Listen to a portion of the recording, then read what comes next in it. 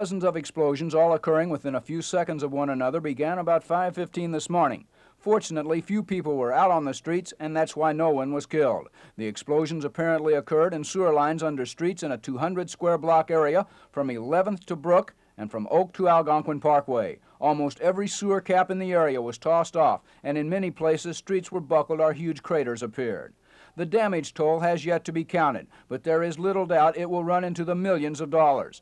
Miles of pavement, particularly in the area around 7th to 11th at Hill, were ripped up. Power lines were loosened, and structural damage to homes and businesses in the area was substantial.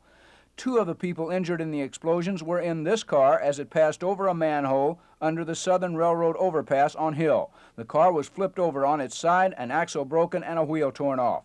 For bewildered residents, some still in bed, it was terrible.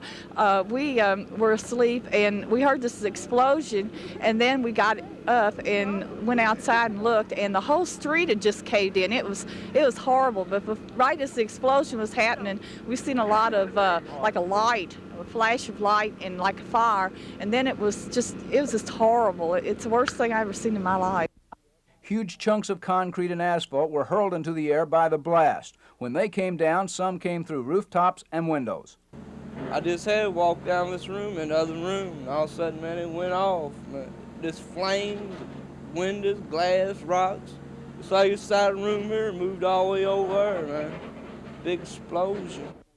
Crews began working to restore electricity almost at once. Repairs on streets, especially Hill Street, will have to wait, however, until sewer, water, phone, and other lines are restored. Bud Harbsmeyer, Action 11. The Board of Health is concerned that stagnation in the system may result in some bacterial changes in the sewage, causing odors and a greater possibility for more severe health conditions to develop. In a news conference, Mayor Stansberry told reporters the worst may be yet to come for old Louisville residents if the busted sewer system backs up and floods below-ground areas in their homes. But the mayor says the city is taking 2 steps to make sure that doesn't happen. This leaflet is step 1 of the mayor's plan. It is to tell old Louisville residents like Cynthia Estelle to conserve water and to plug up drains and pipes that have below-ground sewer connections. Ms. Estelle says some of the requests are too much. It's not fair for the residents that are going to try to follow these to have schools, 3 schools open and the university. Ms. Estelle is conserving water, but she says it's up to her landlord to install test drains to prevent backed-up sewage from getting into the lower apartments. And this is part 2 of the city's plan. By digging several deep pits some 30 feet down, MSD officials like John Tierney think they can give the sewage someplace to go. That is, if the rain doesn't fill up the holes first. Tierney couldn't say how much rain the system could take before it backs up. For that reason, city officials have ordered these crews to work round the clock until the lines are open. Jackie Hayes, Action 11. The pre-dawn explosions ripped through a 200-square-block area of old Louisville, but almost miraculously no one was killed, and the handful of people who were hurt weren't seriously injured. However, property damage is another matter. Scores of separate explosions, all emanating from sewers, under streets, ripped apart pavements, tore up sidewalks, loosened power lines, and did structural damage to many homes and businesses. No one has begun to total up the dollar damage, but there's little doubt it will be in the millions. One section of Hill Street from 9th to the Southern Railroad underpass was completely ripped apart. 2 women, Elsie Fisher and Shirley Rhodes, suffered bone fractures when their car ran over a manhole just as the explosions began occurring. Their car was flipped on its side, a wheel was torn off, and an axle broken. Since the explosions occurred about 5:15, most people were in bed and, like Hubert Heron, couldn't figure out what was happening. My wife said, "Oh, Lord, it's this earthquake." That's the first thing she said. I said, "No." I said, "You sure it ain't thundered?" Because, you know, seen that fire all when I looked out, and I thought, well, it must be a thunder and lightning. She said, "No." I said, "It would never done this." For others, like Shirley Antle, it wasn't stars that were falling into her bedroom, but huge pieces of rock and asphalt from what had been the street out front. I looked out my window and I just seen rocks just flying in the air, and they was just coming over, and then all of a sudden it just went, all of it just went over. Rocks everywhere, it's flying, you know, and they flew over this big building over to our house, man. It was weird, weirdest thing I ever seen. Cleanup work has, of course, begun, but it'll be a long time before major streets like Hill can be reopened. Sewer, water, telephone, and electric lines all have to be repaired before work on the repaving can even begin.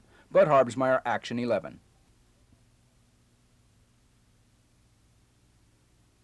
Sir, it was terrible.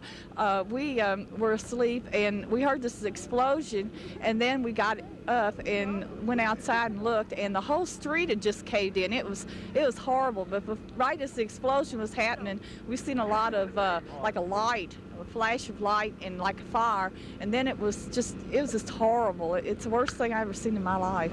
Bruce Antle lives in an apartment over a store at 9th and Hill. He told us what it was like to suddenly have it raining rocks. I just had walked down this room and the other room, and all of a sudden, man, it went off. Man. This flames, windows, glass, rocks. It's like inside the room here, moved all the way over there, man. Big explosion. These are some general scenes from the same area. This one huge crater is on 9th Street, just south of Hill. It is the largest hole we found, but it is by no means the only hole in the middle of streets in this area. It is perhaps 40 feet wide, 20 to 25 feet deep. Every manhole cover is gone. Some of them we found. Others were blown to bits by force of the explosion. This is probably the most remarkable scene of all. We see it first from Sky 11, then from ground level. This is Hill Street west of 9th, perhaps 150 to 200 yards of street, blown up or buckled. Water lines are broken and water flows free. The hole in the roof of this house in the 700 block of West Hill was made by a flying manhole cover. It wrecked Pamela Smith's living room and narrowly missed her sleeping son. I just heard this terrific boom, and it jarred me out of bed, and I ran in here, and my son, he was screaming and crying, and I just dug him out of all this litter, and we just don't even have a living room anymore. That's all there is. What are you gonna do? Well, we're gonna have to move. We've already got this apartment. We're packing our stuff now to leave. I just feel shaky inside, and I'm really glad, that it didn't come through this other part of the house and hit my son. The explosions knocked out windows and toppled chimneys. Well, the chimney fell off, and I don't know if it's from the bricks, but the steps cracked, and I don't know if it's from the bricks hitting the sidewalk or what, but my color TV, it just went up, and outside I've been scared to death. That's about it. What'd you think? I thought my water heater had blown up, because when I was in the back bedroom upstairs, well, it just seemed like a whole big ball of fire popped up. Mayor Stansberry late this afternoon toured the area, shaking his head at the damage. What are the residents saying to you? Well, we haven't really been out to talk to the residents yet, and I'm sure they're quite upset about what happened. Most people, like 80-year-old Roy Schartzer, are just glad they're alive. A chunk of something hit his house. I got up and flashed my light and looked up there, and there's a hole. And I looked down, and there was a big piece of concrete weighed about 150 or 200 pounds. It broke the front glass out and tore that hole. It didn't bother me a bit. It wasn't no reason getting scared. And that's as good as a mile.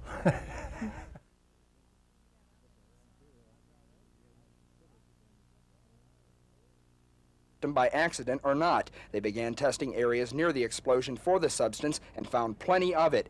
MSD people told me there's no doubt Hexane is volatile enough to cause the damage the explosions did. It would depend upon, obviously, a lot of conditions, such as the volatility of it, how much mixing there is in the sewer, how much dilution there is in the sewer. Things of this nature have a definite impact upon how much of an effect that would have on the sewer system. This afternoon, as the Hexane moved through the sewer lines, officials at the Morris Forman treatment plant became concerned. A high concentration of the substance set off alarms there. They feared more explosions, this time in the area surrounding the plant. Fire department officials immediately called for the evacuation of the Louisville Refinery Company on Southwestern Parkway, next door to Morris Forman.